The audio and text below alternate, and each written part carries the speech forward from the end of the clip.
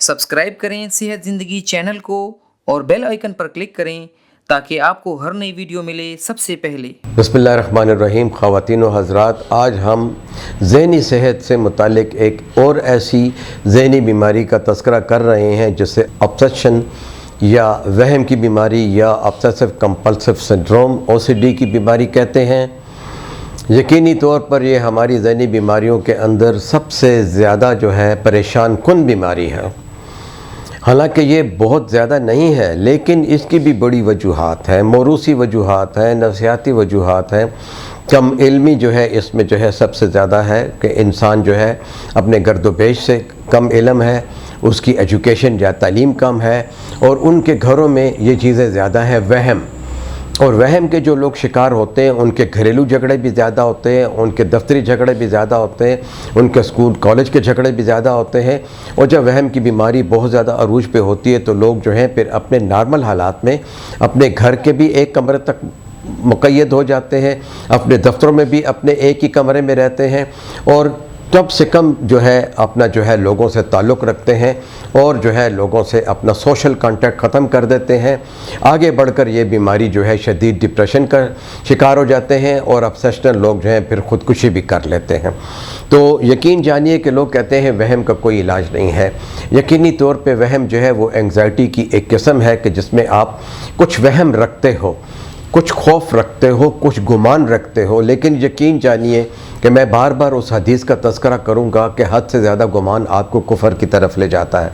अगर मरीज़ को ये समझा दिया जाए, अगर उसके वालिदैन को सादसा को ये बता दिया जाए, अगर मरीज़ की वहम की वजूहात जानने की कोशिश की जाए तो ये मर्ज़ कंट्रोल हो सकता है।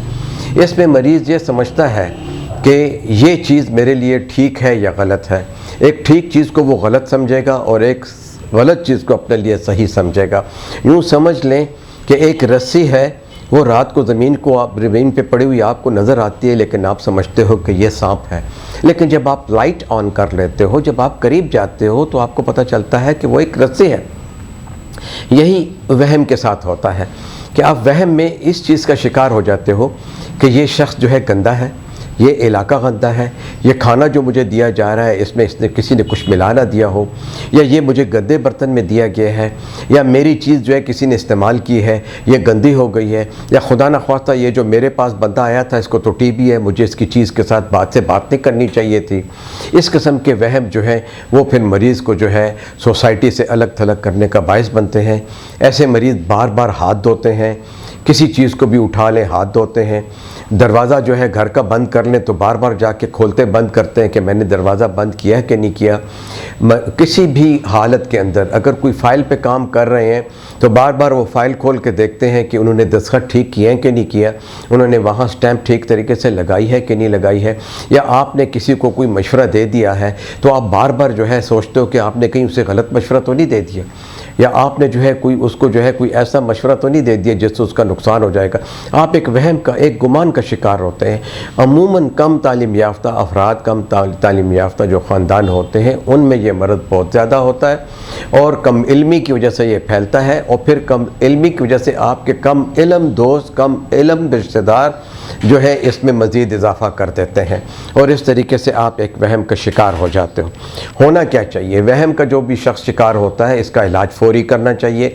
एंग्जाइटी डिसऑर्डर में ये इंतहाई तकलीफ़ दह चीज़ है।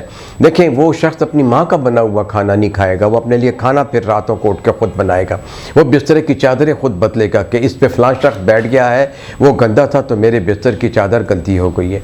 ऐसी ख़वातीन अपने बच्चों को घर में अगर आ जाएँ बाहर से पढ़ के तो पहले नहलाती हैं, खाना नहीं देती हैं, रोटी नहीं देती हैं, पहले उन्हें नहलाती हैं बार बार और सख्त सर्दी में ठंडे पानी से नहला देती हैं। बताएं कितनी तकलीफ़ दे बात है। ऐसे लोगों के जिस्मानी ताल्लुकात, रूहानी ताल्लुकात और नफसियाती ताल्लुकात अपने खावंद बीवी के जो है मुतासर हो जाते हैं, एक दूसरे से नफ़रत करने लगते हैं। वजह क्या होती है जी? बस जी यही वजह जी, वहम वहम वहम।